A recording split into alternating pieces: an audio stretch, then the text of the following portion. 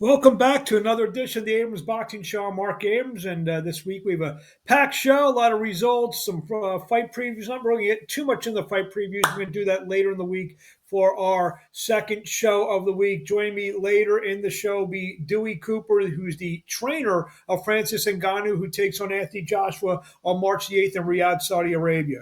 So let's get right down to it. Saturday night in Orlando, Florida at the Caribe Royale.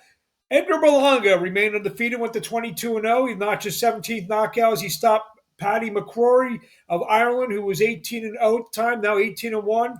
Six-round stoppage. Was a good competitive fight for the first 4 or 5 rounds. Berlanga then started to take over, knocked McCrory down in the 6th round, hurt him bad, and the fight was over at 2:44 of the 6th round. After the fight, obviously, the Berlanga trained to fight Canelo Alvarez started, and I don't know if that's going to happen later or in May, but could happen later down the line as of this taping. A lot of situations going on with Canelo Alvarez.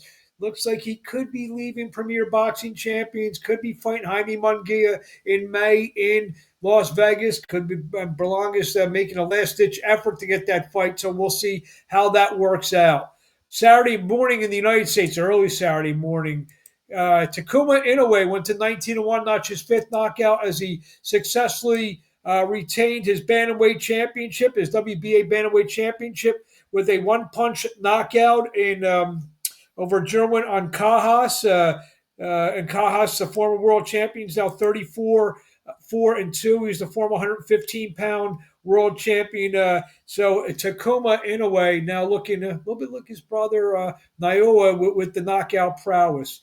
Also on the card, Junto Nakatani, the impressive bantamweight champion, stopped Alejandro Santiago, who just beat Nonato Donaire last June. That was a 6-round stoppage, 27-0, 20 knockouts now for Junto Nakatani. Also on the card, Kosi Tanaka defended his WBO junior bantamweight champion, or he won the junior bantamweight title. Now he's a 4-division world champion at 105, 108, 112, 115, as he scored a unanimous decision over Christian Basagwawa, who's now 22-5-2, 9 knockouts. Scores are 116, 111, 117, 10, and 119-08 for Kosi Tanaka. Also, Friday night in New York, in Long Island, New York, Frank Claparello knocked out WBC number 8 and WBA number 14th ranked cruiserweight in the world, Simone Federici. Caparello, who faced Sergey Kovalev for the world light heavyweight title, now up at cruiserweight, scores a 5th-round stoppage in Huntington, New York over Federici. Caparello now 35-4-1 with 15 knockouts. Also, last Tuesday night in Detroit, USBA junior middleweight champion Ardrill Holmes with the 15-0, not just 6 knockouts. He took out Marlon Harrington. Harrington now 10-2, 9 knockouts, 2 rounds knockout for Ardrill Holmes. As we stated earlier, on March the 8th, Francis Ngannou will take his second big heavyweight not title fight, but heavyweight fight in boxing when he takes on Anthony Joshua live on pay-per-view. And I had a chance to speak to the trainer of Francis Ngannou, Dewey Cooper, and he had some very interesting things to say. Cooper also is the president of the Team Combat League, so we got into that a little bit. And so this other interview. Now joining me on the line is famed and noted former fighter, now current noted trainer, Dewey Cooper, who's been working with Francis Ngannou in Saudi Arabia as he prepares for his March 8th fight with Anthony Joshua. Dewey, how's everything going today? I'm terrific. How are you? Doing well. Thank you very much for asking. So how's everything going in Saudi Arabia? Second time around with the former UFC heavyweight champion, Francis Ngannou, who prepares for the big fight with Anthony Joshua March 8th. Things are going terrific. Like you said, this is our second time being here in Riyadh, Saudi Arabia. The first time was last October when Francis shocked the world against Tyson Fury. And this is going to be the same case coming up March 8th. Camp is going well. We've been here for 5.5 weeks already. We have 2 weeks and 2 days left before the showdown, and it's going to go down. Team Ngannou, we're ready. How much smoother has it been, being that you've already had one quote boxing camp under your belt? You know, this is now the second one. Probably a little less teaching and a little bit more training. Would that be fair to ask? Well, I've been training Francis for a long time. I mean, since late 2016, early 2017. So we've worked together for many years. We just didn't box every day. Since in mixed martial arts, I'm his striking coach. We've always boxed like twice a week since 2017. So um, we're just game planning and doing the things that we feel will make him successful in the fight against Anthony Joshua. We always train hard. We're always trying to improve ourselves. This is no different. Training camp has been fine. He has great sparring. He has great sparring. He has his team here around him, and things are going as planned. And we only got like a week and a half of training left, and then it's fight week. So it's almost that time. How much is it? What's the difference between training a fighter, especially striking, stand up for an MMA fight, as compared to a professional boxing match, especially against first a sitting world champion and also now a former two-time world champion? I mean, are there little nuances, footwork that maybe or maybe slightly different preparing for a boxing match rather than a fight inside the cage? Yeah, it's completely different because you don't have to worry about anyone kicking your legs or shooting in, trying to take you down. So you can be on the lead foot a little more. Um, yeah, you can really finish your punches because you're not worried about a guy level changing and going for a takedown. So the differences are your defense have to be really sharp because boxers are very reflexive and very refined at what they do. And with the bigger gloves on, guys really finish their punches and punch hard as they can. So we just got to stay sharp. He knows how to box. He showed that against Tyson Fury on October 28th, 2023. He'll show you guys a more evolved, a more improved boxer on March 8th coming up in the next few weeks. I think I know the answer to this question, but were you a little bit surprised on how well he performed against Tyson Fury? Absolutely not. Don't even go there, man. Watch the interviews. We told you guys. We told you guys. He told you guys. Nobody wanted to listen. The so-called experts and boxing champions said no shot. No one thought we had a chance. We told you the whole time. We weren't surprised. We even predicted he was going to knock him down at least once. Everything that happened on October 23rd in Riyadh, Saudi Arabia, we knew it would happen because we know we know how talented Francis is as a fighter. May not be a boxer, but he's a fighter. And he's also a martial arts world champion, and he's also a mixed martial arts world champion. So you can't discredit any world champion, whether they're in MMA or boxing, because world champions are special. And Francis showed that last October. He's going to show it again on March 8th. What? Why? I mean, obviously, I know you've worked with a million professional boxers, former fighter yourself. You work with a million mixed martial art fighters. Why has he been the kind of the one guy who is not your expectations, but has outperformed, say, the quote pundits' expectations when he stepped into the squared circle? Because um, every now and again someone comes out and breaks the mold. It was Babe Ruth, it was Michael Jordan, it was Sugar Ray Robinson, it was Jesse Owens. We got these special people. It was Muhammad Ali. We have these special people that come along every now and then, and they're just the one. We truly feel Francis is that new guy. He's that new one. MMA is a different sport, and most MMA guys going into boxing are going to get beat by the champions. But we said most. Most isn't 100 percentile thing, and Francis has proven that. He's special, guys. The way he grew up, the lifestyle he has, his genetics, his DNA makes him strong and powerful, and his mentality, the overcoming, the resilience. These things are hard to measure, but these are all the intangibles that can make the impossible possible. When it comes to Francis Ngannou, I've been saying this a million times. The impossible simply means I'm possible when it comes to Francis. Tyson Fury presented you guys with height, maybe the pure boxing ability. What problems does Anthony Joshua present for you guys on March 8th? Well, hopefully none. But like, Brady But just of course, yeah, I'm joking. yeah. Um, he's the total opposite story. He's the total opposite story of Tyson Fury. Fury's a highly dimensional guy, does a lot of different things. Um, Anthony Joshua is a conventional, strong. A lot of these so-called old school expert trainers will tell you basics win fights. Get behind that jab, throw a straight right hand, occasionally put an uppercut or a left hook on it. And that's what Anthony Joshua does. He's conventional, he's sturdy, he's defensively sound, great positioning, great footwork, great timing, great reflex. So he's definitely a threat. I'm not going to sit here and say this isn't a dangerous fight because it's definitely dangerous because he has one thing that I didn't feel Tyson had. He has that knockout punching power also. Tyson Fury breaks you down with a magnitude of punches, pace, and just mentally exhausting you. Joshua can stop you with one shot. So, so we expect good sharp bases on Joshua. We expect a great ass fight, and we'll see who's the strongest and who can go the longest. That's going to be the key to victory. You feel Joshua's a little bit more tailor made. He may be there a little bit more, especially coming off his last impressive outing against Otto Wallin. Maybe I think a lot of boxing people thought that maybe he lost a little bit of confidence after the first Ruiz fight, kind of turned into more of a boxer mover. Last fight, maybe gained his confidence back with the knockout stoppage win over Wallin. You feel if he fights that way, kind of sits more in the pocket, just a little bit more tailor made for what you guys want to do on March 8th?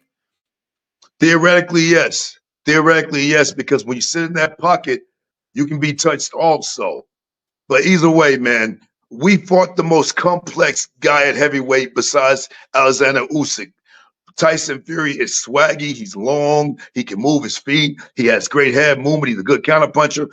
We've seen a high IQ heavyweight in Tyson Fury.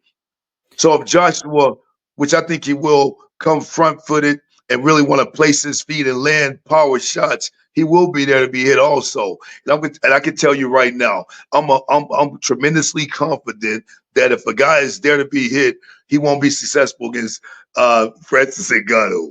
But if he gets in the back foot and move and all of that, stick and move, look for his counters, we're ready for that also. He just fought Tyson Fury for crying out loud. This is Francis' second fight. He's a much better boxer. He's more mature. He's more evolved after one pro boxing fight than what he was before that first pro boxing fight. So wherever Joshua does, Francis will figure it out and have an answer to him.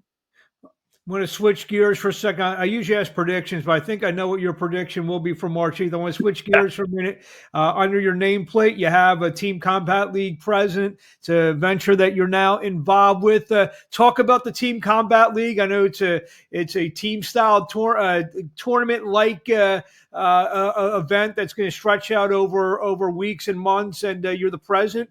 Just give me a little skinny. Just give me a little skinny on the Team Combat League. Yes, my pleasure. Thought you'd never ask. Guys, if you want the most exciting boxing format known to mankind, it will be Team Combat League. Imagine this, your city versus my city in a 24-round boxing fight. Every round, a different matchup. You bring your best heavyweight in New York, I'll bring my best heavyweight in Las Vegas, and they'll fight around. Then the light heavyweights, then the middleweights, then the welterweights, then the women also fight on the show. We are a team, a professional boxing team sport, 24-round fights. Each round is a new matchup. So each fighter only has 3 minutes to impose their will and show their skill against their opponent. Every round is scored like normal boxing, and the team after 24 rounds who has the most points win. We're on BoxRec. We have our own area, our own section on BoxRec, Team Combat League. We've already had one season last year. Season 1 was an incredible season. It was very successful. And as of now, the best fighters in the whole United States are from New York City because the New York City Attitude won the first ever TCL World Championships, the Mega Brawl. So, Season 2, we've opened more teams all across the country. If don't take my word for it, go to Team Combat League YouTube channel and click on any fight, and we have several fights to choose from. You choose any fight, and you're going to be excited. Our format entices great fights. It's impossible to have a bad fight when you got two really good boxers only having one round to fight. We all love the championship rounds in boxing. That 11th and 12th round, we get up and we cheer and we get excited before each round. Every round in Team Combat League are championship rounds. 24 championship rounds per matchup. You can't beat it. Check us out, Team Combat League YouTube channel or teamcombatleague.com. And I don't have to sell it anymore because once you see it, you're going to love it. Season 2 start March 28th. I'm the best. I'm the most blessed man in the world. Francis Nagannou fights March 8th. Team Combat League season starts March 28th. Woo! It can't get no better. Now, you mentioned, you said the best fighters in the world. So is each team, like, is the New York team made up of fighters from New York, or they're from different parts of the country, kind of like the regular sports?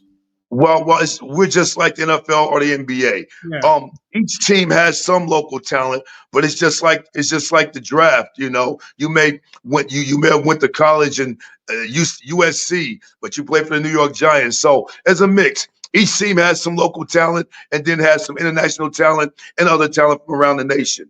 And we got great coaches also. Coach Manny Robles, he's the guy who took Andy Ruiz to defeat Anthony Joshua. Anthony Joshua, the first Anthony Joshua loss. He's the coach for the LA Elite team.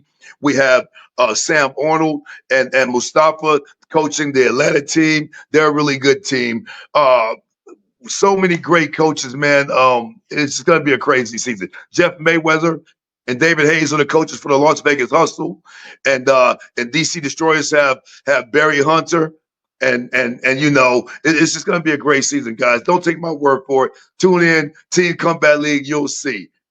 I know there's a team in my hometown of Philadelphia, so I'll be definitely. Oh yes. Oh, and by the way, Philadelphia has one of the coolest names. They're called the Philadelphia Smoke. And they got the personality. Their coach, he's a real aggressive guy. He told me already, Dewey, we're knocking everybody out. Philadelphia Smoke's taking everyone's head off. And if you go to their webpage on Instagram and see their videos, they look really strong and they're really a scary looking team. We'll see what happens. But right now, New York, the New York City Attitude, the reigning supreme, we'll see. We also have the Boston Butchers. They have a team in Boston. You know, the whole East Coast area, New York, Philly, Boston, those guys are lifers in boxing. So I expect some great matchups on that East Coast circuit for sure. So a big month of March for Dewey Cooper. We got March 8th, Riyadh, Saudi Arabia, live on pay-per-view. Anthony Joshua taking on Francis Nagannou. Then a couple weeks later, the Team Combat League, which is a high-paced, fast-action type of event that's going to stretch over many weeks and yes, months to crown a champion your second season. What do you want to say to the fans in closing? I just want to say, first of all, I'm blessed. Hopefully, all you guys are living your dreams and putting out an honest days to work every day to achieve your dreams. And as far as the Francis Nagannou Anthony Joshua fight, please tune in because you're seeing history right now being made. This only happens once in a lifetime. The things Francis Nagannou is doing, having his first pro boxing fight against the lineal undefeated champion, having his second pro boxing fight against two of the three top world champions of this era are unprecedented. Can he take it to the top and become unified this year in 2024? We think so. We'll find out against Anthony Joshua on March 8th. And Team Combat League, subscribe. Subscriptions only $7.99 on Team Combat League TV. Check us out, man. You will not be unhappy that you did. It's the most exciting thing that has happened in the sport of boxing in many years to come. You can't get a boring round. You can't get a boring fight. And we got women and men fighting on the same team. And the women are fighting 3-minute rounds also. You can't beat what we got going on with Team Combat League. We appreciate all the love and support. And I appreciate you, sir, for having me. Thank you very much. My pleasure. And I just wish I could get you a little bit more excited, show some of your personality to come out a little bit. And thing is, you're not gonna believe I've trained for like 3 straight hours. I've been working out myself before this interview. I'm exhausted. But when I talk about the Francis Nagannou fight and Anthony Joshua, you can't help but be excited. And we talk about a company that we're in our second year of inception. Things are looking great and exciting, and we're growing. I cannot be not be excited about it. I'm excited about everything going on right now. I'm blessed, and I hope you guys all feel the same way, happy and blessed as well. Thank you, Dewey. We'll talk to you along the way. Yes, sir. Thank you. Thank you. There you have it, Dewey Cooper, who's training Francis Ngannou for the big fight, March the 8th, live on pay-per-view from Riyadh, Saudi Arabia. I was trying to think of who he sounds like. Doc Rivers sounds a little bit like he sounds like a little bit of Doc Rivers with the volume turned up maybe a couple notches. So if you get a chance to listen to Doc Rivers and Dewey Cooper back to back, tell me if I'm right or wrong. A few fights this week. Wednesday, we have Pro Box TV. Justin Pardo takes on Miguel Madueno. Also, Saturday night on the Zone, we have a nice card from a nice triple header card from Puerto Rico. Amanda Serrano defends her featherweight world titles, the undisputed against Nini Meinke. Jonathan Gonzalez defends the WBO light flyweight title against Renee Santiago. And Jake Paul, who's headline pay-per-views, he's kind of in a co-feature role there, takes on Ryan Borland in that fight. Saturday, Verona. In Verona, ESPN has Luis Alberto Lopez take on Rhea Abi, plus Odabek Komatov takes on Ray Ford. That's for the vacant WBA featherweight title. The Alberto Lopez Abi fight is for the IBF featherweight title. Some news items this week. The International Olympic Committee rejected the proposal for Manny Pacquiao to fight in the 2024 Paris Games. The International Olympic Committee refused to drop the 40-year-old age limit for athletes. Pacquiao, who's above that age, is about 46 now, I think. So he will not be fighting in Paris unless some kind of 12th hour injunction gets filed. Former lightweight world champion and current reigning defending 140-pound world champions Devin Haney and Ryan Garcia will host a multi-city press tour for their April 20th championship fight that will take place at Barclays Center in New York City. The first one will be Tuesday, February 27th in New York. I will be there. I'll hopefully get interviews with Eddie Hearn and Oscar De La Hoya, Devin Haney, Ryan Garcia, anyone who's around there. And then the 29th in Hollywood. So get the press conference coverage live on Abrams Boxing on YouTube. You see, scroll at the bottom where you can find me, Abrams Boxing on YouTube. Got a lot of great videos. Going to be interviewing a whole bunch of people coming up. WBA regular heavyweight champion Mahmoud Char of Germany will defend his title against two-time former world title challenger and number 10 rated Kubrat Pulev. That will take place March 30th in Sofia, Bulgaria, the home of Kubrat Pulev. March 30th, also, we will see the WBA Cruiserweight Championship between Arsen Golamarian, 27-0, 19 knockouts.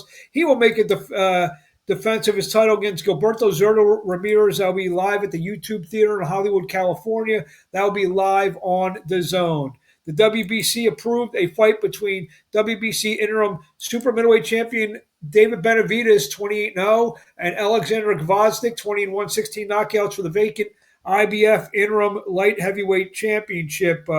Benavidez obviously was looking for this fight to fight Canelo Alvarez. Alvarez didn't want to fight him, didn't want to fight Charlo, didn't want to fight this guy, that guy. He's off to another platform, looks like the Zone, maybe to fight Jaime Munguia. So Benavidez had to kind of pivot and go up to 175 pounds, fight for the world title. I think he's still going to be the WBC super middleweight mandatory. I don't know what they're going to do with his interim title there, so we will see. The grudge match rematch between Josh Taylor and Jack Catterall will take place April 27th live on The Zone in the UK and ESPN Plus in the United States. Very controversial decision that went Taylor's way. A lot of people thought Catterall should have got the decision a couple years back, so they will be getting it on April the 27th. That's our show for the week. I want to thank Dewey Cooper for joining us.